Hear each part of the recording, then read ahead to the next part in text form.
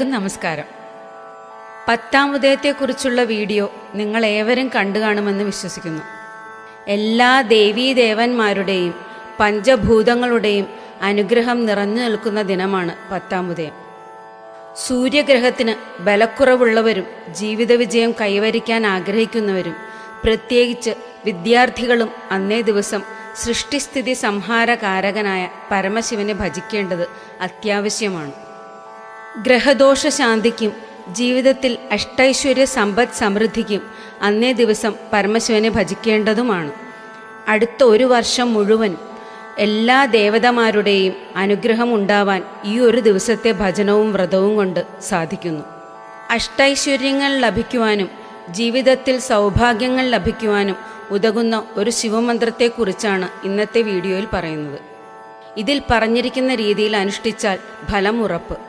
അതുകൊണ്ട് ഈ വീഡിയോ മുഴുവനായി കാണുവാനും ഈ അറിവുകൾ മറ്റുള്ളവരിലേക്ക് എത്തിക്കാനായി അത് ഷെയർ ചെയ്യുവാനും ഒപ്പം ലൈക്ക് ചെയ്യുവാനും നിങ്ങളുടെ വിലയേറിയ അഭിപ്രായങ്ങൾ രേഖപ്പെടുത്തുവാനും ചാനൽ സബ്സ്ക്രൈബ് ചെയ്യുവാനും മറക്കരുതേ. ഇനി നമുക്ക് അനുഷ്ഠാനങ്ങളും മറ്റു കാര്യങ്ങളും നോക്കാം. ജാതകത്തിൽ സൂര്യൻ ബലവാനല്ലാത്തവരും അനിഷ്ടസ്ഥാനത്ത് നിൽക്കുന്നവരും പൊതുവെ ആത്മവിശ്വാസം വളരെ കുറവുള്ളവരായിരിക്കും.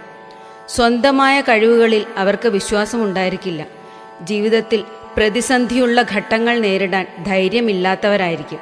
അവർ എപ്പോഴും എല്ലാ കാര്യങ്ങൾക്കും മറ്റുള്ളവരെ ആശ്രയിച്ച് ജീവിക്കുന്നവരായിരിക്കും.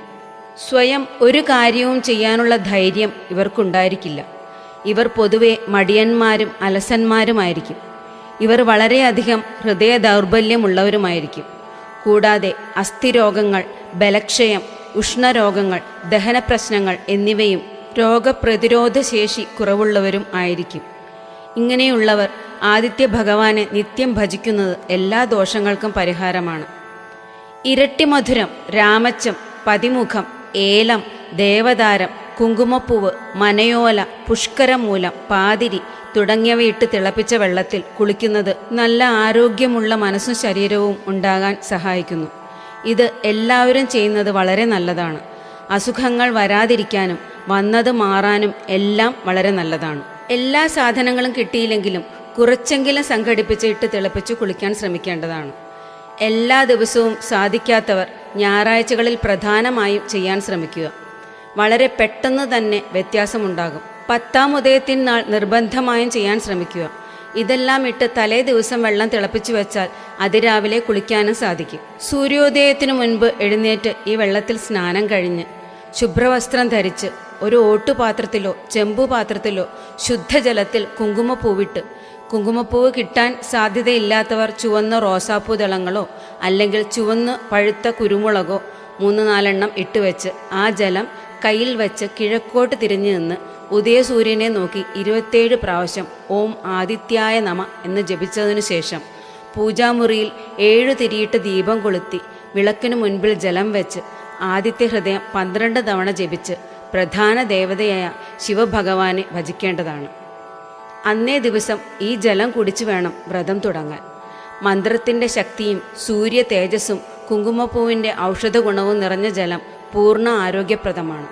കൂടാതെ അന്നേ ദിവസം പഴങ്ങൾ മാത്രം കഴിച്ചു വേണം വ്രതമെടുക്കാൻ. എങ്കിലേ പൂർണ്ണ ഫലസിദ്ധി ലഭിക്കൂ. ഇടയ്ക്കൊരു കാര്യം പറഞ്ഞോട്ടെ.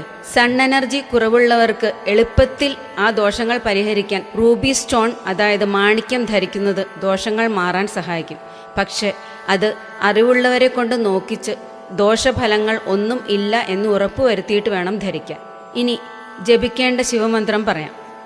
ആദിത്യ ഹൃദയമന്ത്രം 12 തവണ ചൊല്ലിക്കഴിഞ്ഞ് സർവ്വ ഐശ്വര്യങ്ങൾക്കും ജ്ഞാനലബ്ധിക്കുമായി ശ്രീ പരമേശ്വരനെ ഭജിക്കേണ്ടത് ഇങ്ങനെയാണ്.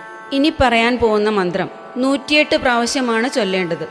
108 തന്നെ ചൊല്ലാൻ ശ്രമിക്കേണ്ടത് അത്യാവശ്യമാണ്. അത് തീരെ പറ്റാത്തവർ 64 51 പ്രാവശ്യം ചൊല്ലിയാൽ മതിയാകുമെന്നാണ് ആചാര്യന്മാർ പറഞ്ഞിട്ടുള്ളത്. തുടക്കത്തിൽ ഞാൻ പറഞ്ഞതുപോലെ ശുദ്ധജലം കയ്യിൽ പിടിച്ച് ഓം ആദിത്യായ നമ എന്നത് ഉദയസൂര്യനെ നോക്കി 27 പ്രാവശ്യം ചൊല്ലി പൂജാമുറിയിലോ വീട്ടിലെ ശുദ്ധമായ ഏതെങ്കിലും ഒരു സ്ഥലത്തോ പീഠമോ ആവണിപ്പലകയോ തട്ടമോ അല്ലെങ്കിൽ ഇതൊന്നുമില്ലാത്തവർ അലക്കിയ വസ്ത്രമോ പട്ടോ വിരിച്ച് അതിനു മുകളിൽ നിലവിളക്ക് 7 തിരിയിട്ട് കൊളുത്തി ആദിത്യ ഹൃദയ മന്ത്രം 12 പ്രാവശ്യം ജപിച്ചിട്ട് വേണം ഈ ശിവമന്ത്രം ചൊല്ലിത്തുടങ്ങാൻ. ശിവമന്ത്രം ചൊല്ലിയതിനു ശേഷം നമസ്കരിച്ചെഴുന്നേറ്റ് ശിവക്ഷേത്ര ദർശനം നടത്തി യഥാശക്തി വഴിപാടുകൾ നടത്തേണ്ടതാണ്. അത് സാധിക്കാത്തവർ ഓം നമശിവായ എന്ന ശിവപഞ്ചാക്ഷരി 108 പ്രാവശ്യം ജപിക്കുക. കുറഞ്ഞത് 12 പ്രാവശ്യമെങ്കിലും ജപിക്കുക. ഈ രീതിയിൽ 10-ാം ഉദയം അനുഷ്ഠിച്ചാൽ സർവ്വ ഐശ്വര്യങ്ങളും ഉറപ്പ്. മന്ത്രം ഇങ്ങനെയാണ്: ഓം നമഃ ശിവായ സാംബായ ഹരേ പരമാത്മനേ പ്രണതക്ലേശനാശായ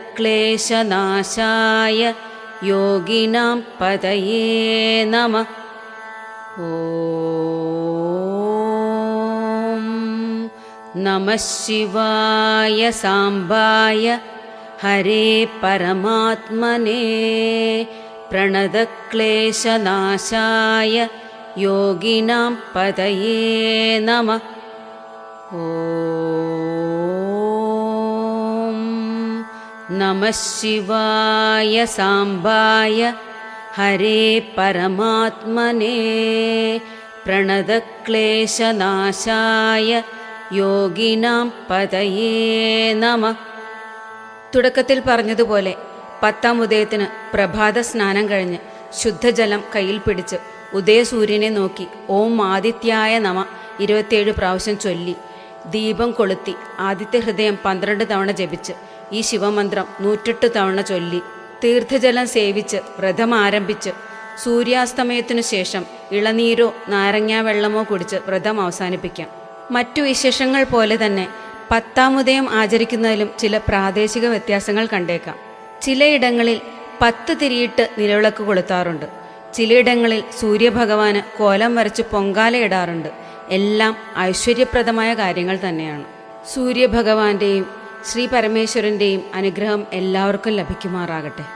മറ്റൊരു നല്ല വീഡിയോയുമായി വീണ്ടും കാണാം. ഓം നമഃ ശിവായ സാംബായ ഹരേ പരമാത്മനേ പ്രണതക്ലേശനാശായ യോഗിനാം പതയേ നമഃ. ഓം നമഃ ശിവായ സാംബായ ഹരേ പരമാത്മനേ പ്രണതക്ലേശനാശായ യോഗിനാം പതയേ നമഃ. ഓം നമഃ ശിവായ സാംബായ ഹരേ പരമാത്മനേ പ്രണതക്ലേശനാശായ യോഗിനാം പതയേ നമഃ. ഓം നമഃ ശിവായ.